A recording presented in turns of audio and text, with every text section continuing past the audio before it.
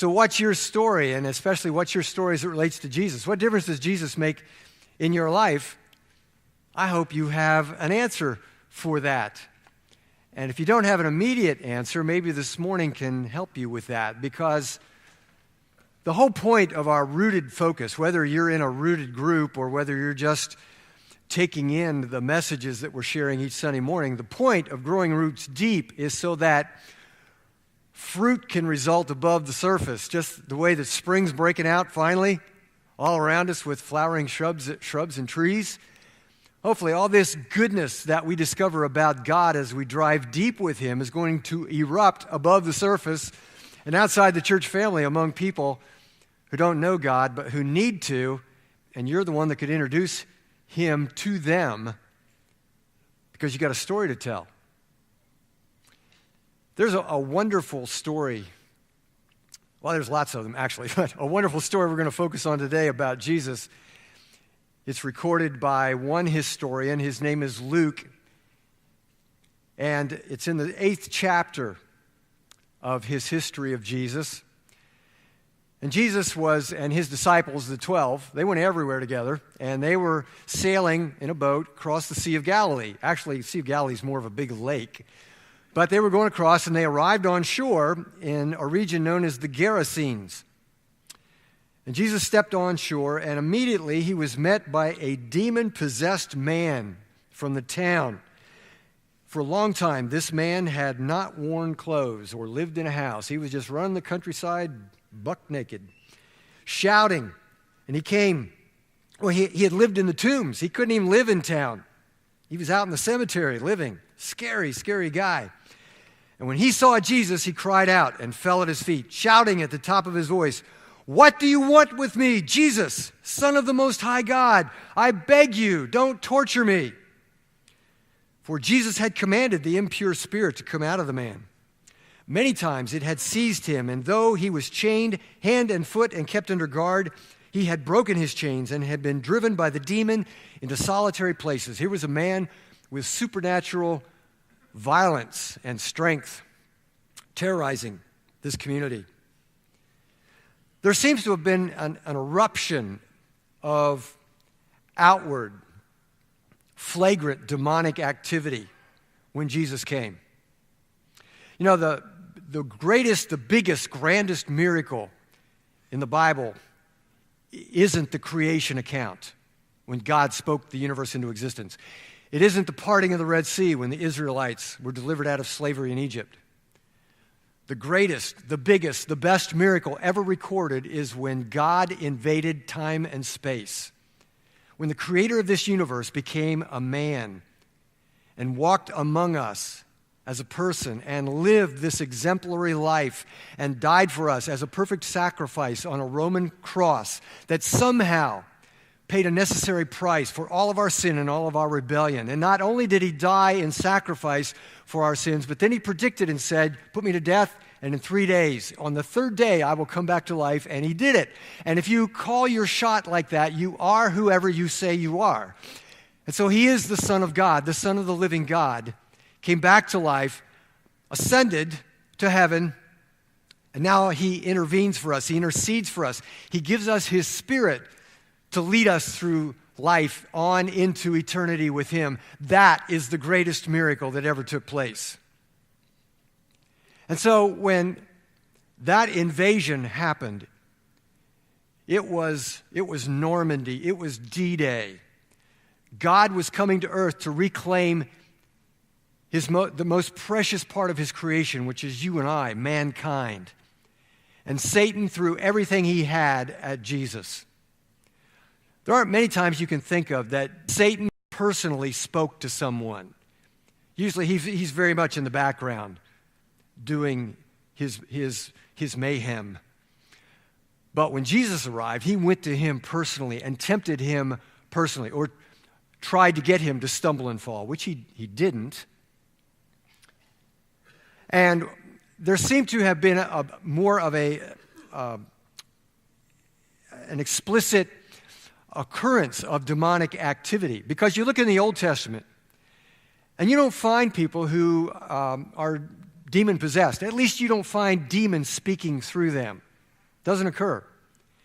And after the time of Jesus, you look at the record of the church and things that happen among Christian people right after the time of Jesus, there's only two places in the book of Acts, which is the history of that early church, only two places where a demon speaks from someone. Someone is actually possessed. Now, make no mistake, demonic activity is real. Yeah, Paul talks about that in a letter that he wrote. It's called the letter to the Ephesians. It's in the 6th chapter, and he says, yes, there are dark forces at play doing their best to cause us to stumble and fall. But they like to fly under the radar. They don't call themselves out. They don't like to be called out or identified for who they are. They're very subtle, and they prefer it that way.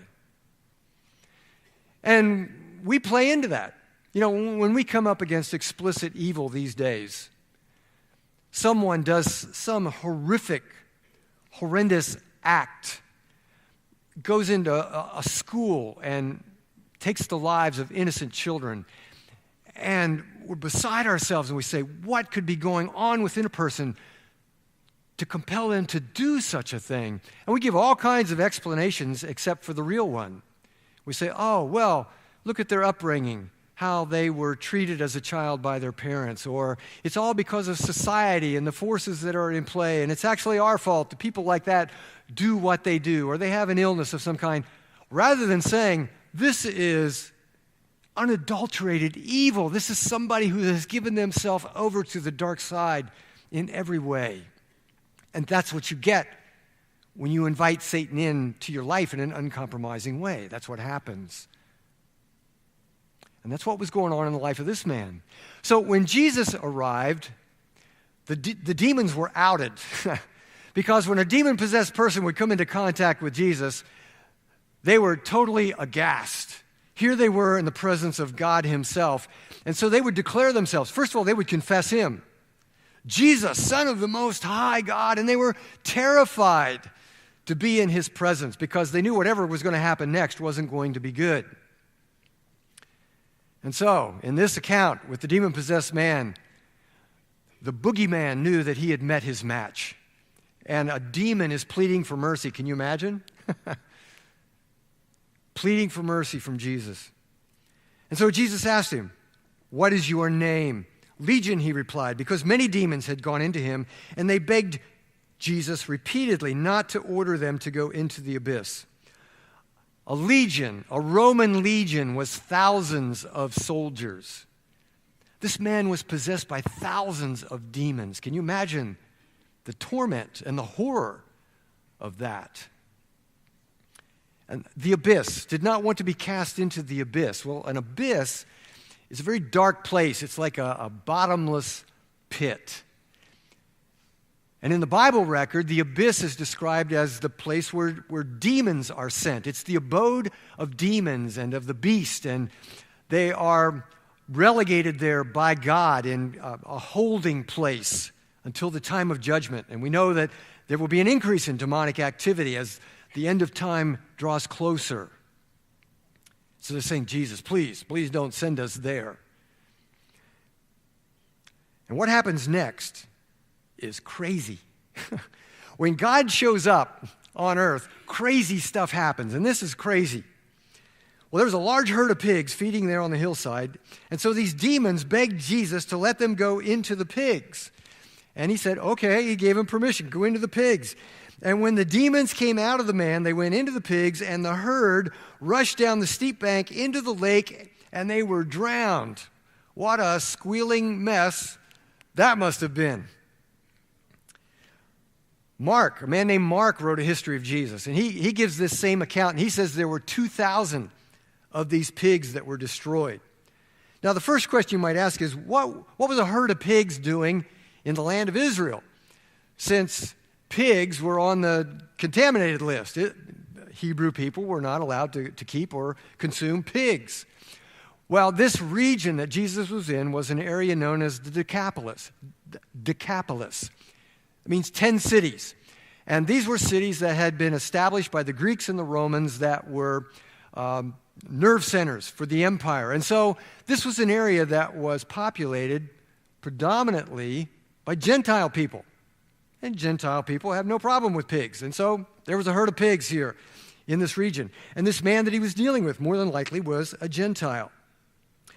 But even so, this account troubles some people. They think, what a careless thing to do for Jesus to destroy innocent pigs and to take away the livelihood of these pig farmers in this region.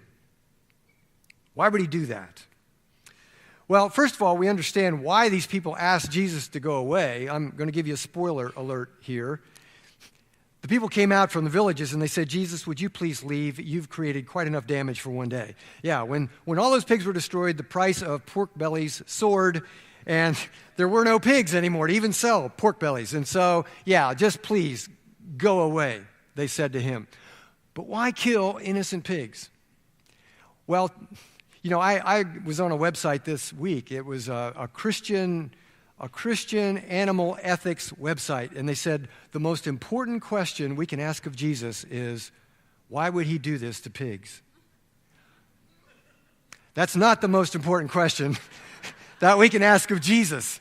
There's just, and I know some of you are probably offended by me now because I don't care about pigs. I love pigs. I had bacon with my pancakes this morning, and it was a wonderful thing. But let's face it, we insert a lot of our 21st century sensitivities and sensibilities into these accounts that simply do not fit into God's value system. And if you were to ask Jesus about this, he would say, what is more valuable? The life of one human being, a creation of God who carries his image, or a herd of pigs? Come on. Jesus saved the life, the soul of this poor, tortured man by delivering him from these demons. And how many more people could have been invaded by these demons if they hadn't been sent to a place where they could do no more harm to human beings? And maybe this was a joke that Jesus played on the demons. I don't know. Just because they're evil, just because they're powerful, doesn't mean they're smart. And maybe going into a pig was just the express line to the abyss. Maybe that's exactly where they ended up as they went into the pigs. But Jesus would say, human life has immense value then and now. You have immense value to Jesus Christ. And if he can deliver you, if you will allow him to deliver you from those things that torment and torture and trouble you, he's very capable of doing that. Well, when those tending the pigs saw what had happened, they ran off and reported this in the town and countryside, and the people went out to see what had happened. And when they came to Jesus, they found the man from whom the demons had gone out sitting at Jesus' feet, dressed in his right mind. He'd probably cleaned up, maybe washed up there by the lake, combed his hair, shaved his beard, and they were afraid. They were afraid when they saw that. Those who had seen it told the people how the demon-possessed man had been cured. And then all the people of the region of the Gerasenes became followers of Jesus. No. All the people of that region asked Jesus to leave. Please go away, because they were overcome with fear. And so he did. He got in the boat and he left. Now, why were they afraid? Well, when there is something that you are terribly afraid of, deathly afraid of, and they were afraid of this man, this demon-possessed man, when you encounter someone who is even more powerful than the thing that you fear most, that can be even more frightening. And one of two things will happen. You will either be drawn to someone who has that kind of power, or you will distance yourself from them. And most of the people said, we want no part of you. Please leave. And he did. But one thing happened before he left. One very important thing happened, because there was one person who was quite drawn to him. And it was the man who had been delivered from the demons. The man from whom the demons had gone out begged to go with him. Please let me be number 13 in your band of men. But Jesus, he sent him away. He said, no, here's what I want you to do. I want you to return home and tell how much God has done for you. That's it. Yeah, that's it. Just go home and tell everybody what God has done for you. And so the man went away, and he told all over town how much Jesus had done for him. What do you do in response to Jesus when he does these wonderful things in our lives? How do you pay him back for that? How do you say thank you? Sometimes we think we've got to change our situation. Well, I got to get a new job. I got to move somewhere. I got to do something different. Everything has to be turned on its head so that the difference Jesus makes can be reflected in the situation of my life. And so often, I think most often, Jesus says, you don't have to move an inch. You don't have to do a thing different other than give credit where credit is due. If there's something wonderful happening in your life, stay right where you are, in your family, in your home, in your job, in your neighborhood. You stay right there, and you tell everybody the wonderful things that God has done for you. That's the best thing you can do for me, and that's the best thing that you can do for them, because that story has great power. So that's what that man did. He went back, and you can imagine that the people who knew him, everybody knew him. I mean, if you're running around the countryside naked, raging, you're a legend. People know you. You're very famous. And so they knew who he was. And suddenly when he came back into the area, into town, it was obviously him, because Mark tells us that he was into cutting. He was cutting himself with sharp stones. Now, Satan loves to somehow devalue ourselves in a way that we would hurt ourselves. And that's what he was doing to this man with this kind of deception.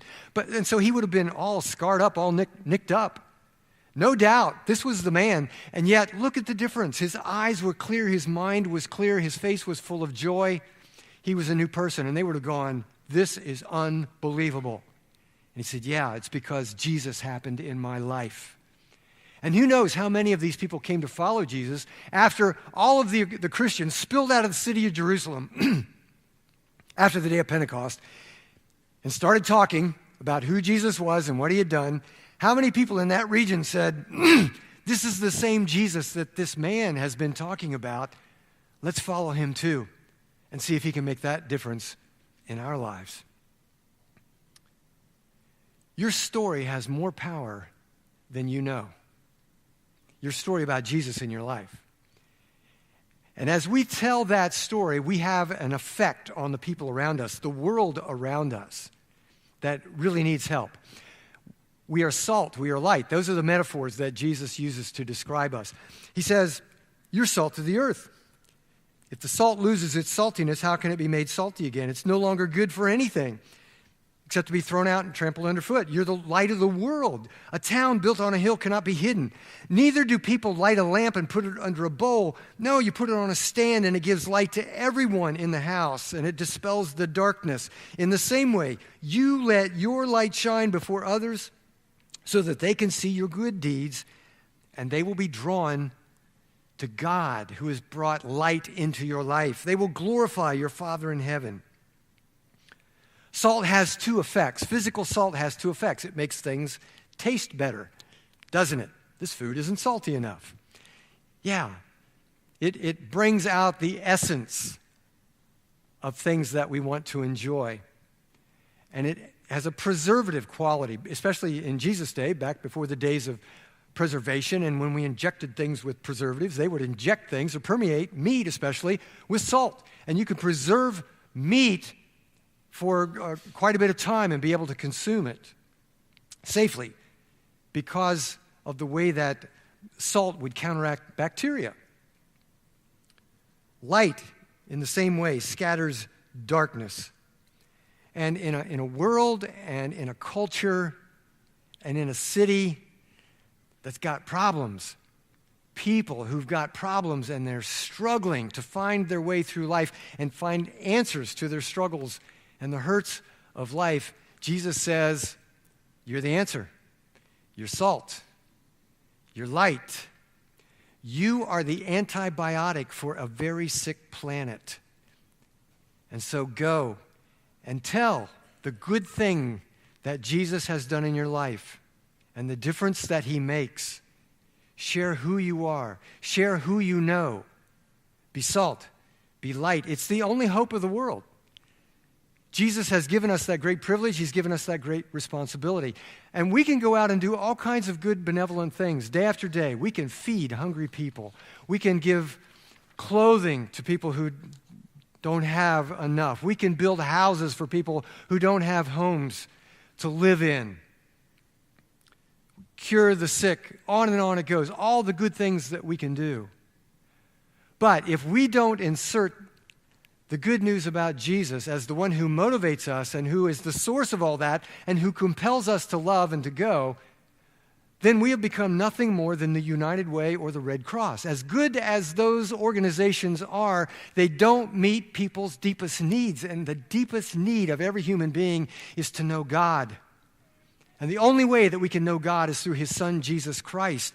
And we're the keepers of the flame. We're the ones that know that. And we've got the story to tell that makes that real. And say, I know he's real because he's real in my life, and here's the difference that he makes. The greatest need of every person is to be at peace with God through faith in Christ. And the biggest concern in their life is where they're going to spend eternity. Not whether they have enough food or clothing. As important as that is, it's where they're going to spend eternity. Jesus has done amazing things for all of us, hasn't he? You know, in the midst of our rooted focus here, whether you're in a group or whether you're just dialing into the sermons on Sunday morning, we've thought about these strongholds, these places in our lives that Jesus can deliver us from, or that he can at least sustain us through. These strongholds that lock us up and steal our joy, complicate our lives, destroy our relationships with each other, that just devastate us, destroy our peace of mind, and separate us from God, make it very difficult to come close to him, especially when it's a stronghold of sin, some just awful sinful habit that's tearing us up. And when Jesus comes into our lives and he shows us the way through that and shows us the way out of that and delivers us, going, thank God for that deliverance. It might be an addiction, even a physical addiction to a substance, or agonizing guilt that we've been dealing with for too long. Maybe it's bitterness. Maybe it's hatred. We've just been at odds with these people, and the hatred is just eating us up from the inside out. And Jesus teaches us how to love and how to forgive and how to extend mercy and to cut people slack. And it's such a relief to have that off of us, finally, to live in the freedom of love. And we're so grateful, and we thank Jesus for that. Lead us not into temptation, but deliver us from evil, and Jesus does. And so what can we do in return to express our gratitude to him so that makes any difference to anybody else? And it's go home. Go home and tell people the good things that God has done for you. It's not a secret to keep to yourself. It's great good news to share that makes a difference in people's lives. I've heard so many wonderful stories in the rooted groups that I've been in, because a part of that is practicing telling your story. What difference does Jesus make in your life? Well, here it is. And everybody who gets a chance to tell their story as it relates to God in their life, they almost always say the same thing. They say, well, I don't really have much of a story. You'll probably think it's boring. And then they proceed, and you're going, that's incredible. What an amazing story you have. How interesting that is. And the reality of God is so evident in your life. You're far more interesting than what you give yourself credit for, because God is so interesting in what he does in everyone's life. Big way, small way, really dramatic or kind of subtle, whatever it is, it's wonderful, whatever it is. Somebody asked me before the service started this morning, they said, are you going to tell your story? Me. Am I going to tell my story to you this morning? I feel like sometimes I talk about myself too much. I tell you a lot of stuff about me,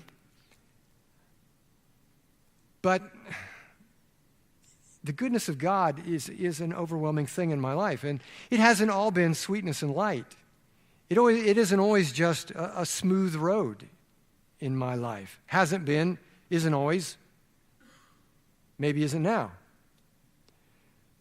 There's some things I'm not even free to share because things involve people more than me.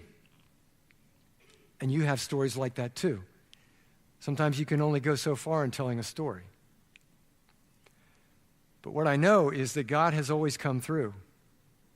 In the past, in the present, whatever the circumstance, He's always there, and he comes through in amazing ways. Not always in the way that I ask, usually not in the way that I ask, because God always has a better idea, and he's full of surprise.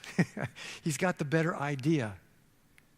But he either turns the situation around or he sustains me and teaches me things that I'm not going to learn otherwise. I always learn more from God in the tough times than I do in the smooth sailing times. I get very distracted by smooth sailing. Sometimes I forget, God goes on hold in my life. I forget about him. But there's a story there, so much so that I've said for a long time that I was going to get a big rock and have inscribed, you know how you can get things carved into rocks, sayings or slogans, and I was going to have put on there, Yahweh Jireh. That's an ancient Hebrew name for God, and it simply means the Lord provides. It's a statement of Abraham that he said in response to the goodness of God. It's in Genesis 22, verse 14. Well, I didn't do it on the rock. I researched that, and it cost too much, so I'm not going to do that. But this week I ordered a stainless steel plaque, and there's going to be laser inscribed, Yahweh Jireh, the Lord provides. He does, always. He never fails. He always comes through. And anybody who asks me, I mean, they don't have to see the plaque in my garden to ask me or for me to tell them, but anybody who happens to see that and says, what's that about? I'm more than glad to tell them, God always provides. He's provided for my biggest need through Jesus, and every need beside that. He's never left me, never abandoned me, because he always keeps his promises. So I asked you a question at the beginning of the service. If people were to ask you, what difference does Jesus make in your life? What would you say? What would you say this morning if somebody handed you a microphone and said, what difference is Jesus making in your life right now? Now, I'm not going to put you on the spot, but if you would like to share the answer to that question, I'd like to hand you the microphone. It doesn't have to be, probably better if it weren't your whole story from birth to present, but what difference is Jesus making in your life? What difference does he make?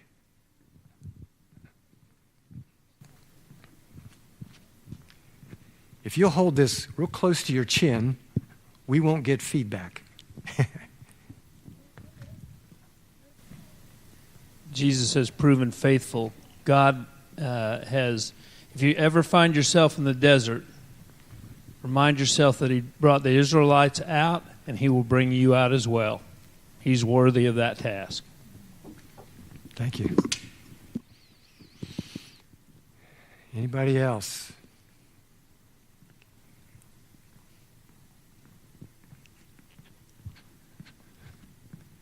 Yes, sir. Jesus makes all the difference with the hope and the faith that you have in Jesus as he comes through all the time, and it's not always your way, but it's always the best way that he has for you. I like that. It's not always your way, but it's his way and the best way. Yeah. All things work together for good for those who love the Lord, and it's always his good, and his good is always the best for our good. Was it Cindy? Yes. God has made it possible for me to do things that I could never have done on my own. If God weren't with me, I could never have done these things. Back, I don't know, a year or two ago, whenever it started, Cindy started into a mentoring ministry in our local school, and she said, I just don't know how this is going to work. I don't know how God could use me. On and on it went. If you could hear that story, it is amazing. It's incredible. God has made it possible for us to experience joy and grief at the same time. Joy and grief at the same time. That's the paradox of Jesus, isn't it? It can happen, yeah.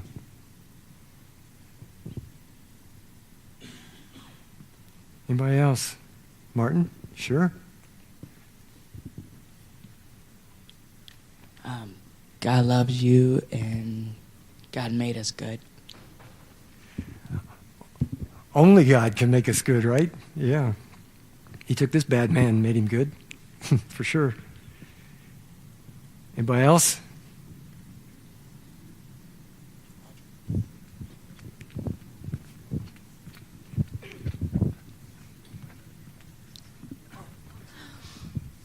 I feel that God really helped me in two large times in my life.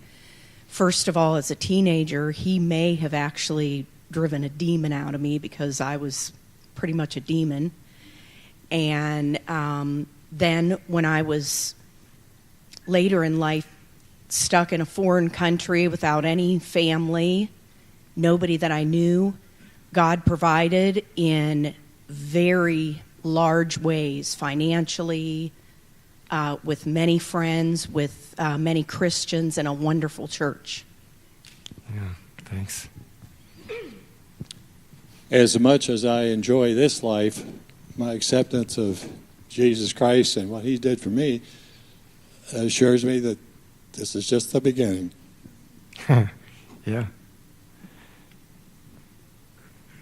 Anybody else?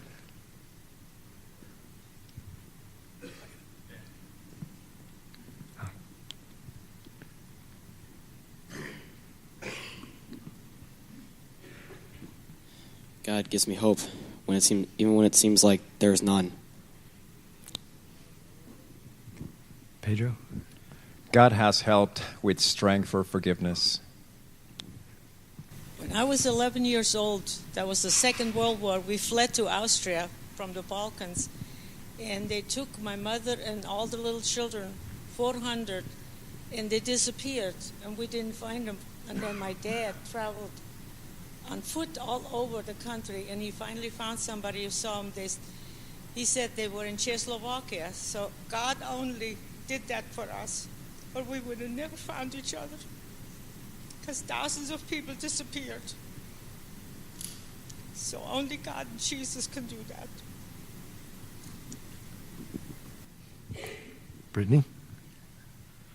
Hi, my name is Brittany, and I just want to say a couple things about this really has made me think more about my faith than I ever did.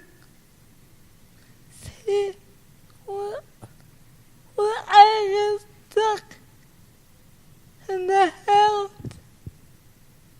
I feel like I'm in a cage. But this really course that I'm taking has helped me not feel that way. Okay. Feel like you're stuck in a cage, but the rooted course has helped you feel not so much that way. Yeah. Thank you, Brittany.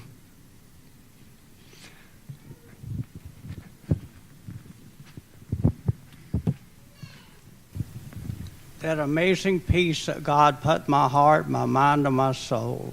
How wonderful it is to know God. How wonderful it is. And the one thing I know about Jim is he's very free and open with that story. Tells anybody and everybody. Well, we've all got a story, or maybe you didn't have an answer to that question this morning when I asked it, what difference does Jesus make? Maybe you're not yet a follower of Jesus. And so my hope and prayer is that you will be, and maybe just hearing some of the tangibles from people's lives can help stir your thinking to explore that even more. The fact that you're here indicates that you are exploring it, and that's great, and glad to have you here. But I hope you'll think in terms of your story, or even the brief statements that were made here today.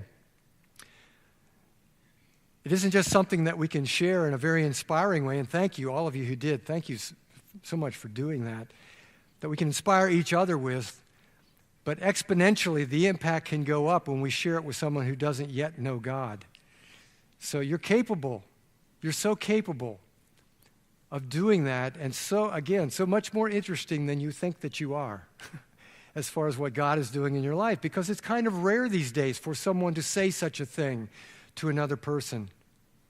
People are looking for answers. They see the same darkness in the world that you do, and people are just as troubled about it, but they don't know a way out. They don't see a way out or a way to make it different. We're salt. We're light. We're the antidote for a sick planet.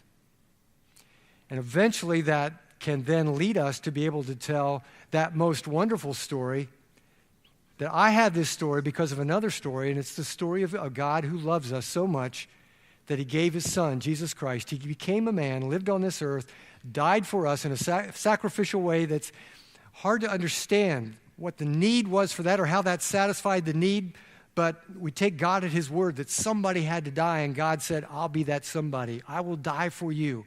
You won't get what you deserve. I'll take what you deserve. I'll give you what you don't deserve, and that's life, and that's love, and that's acceptance. It's all good things. That's the story that we can share, and it can be just that simple as we share it with someone. Come to Jesus, and you'll come to God.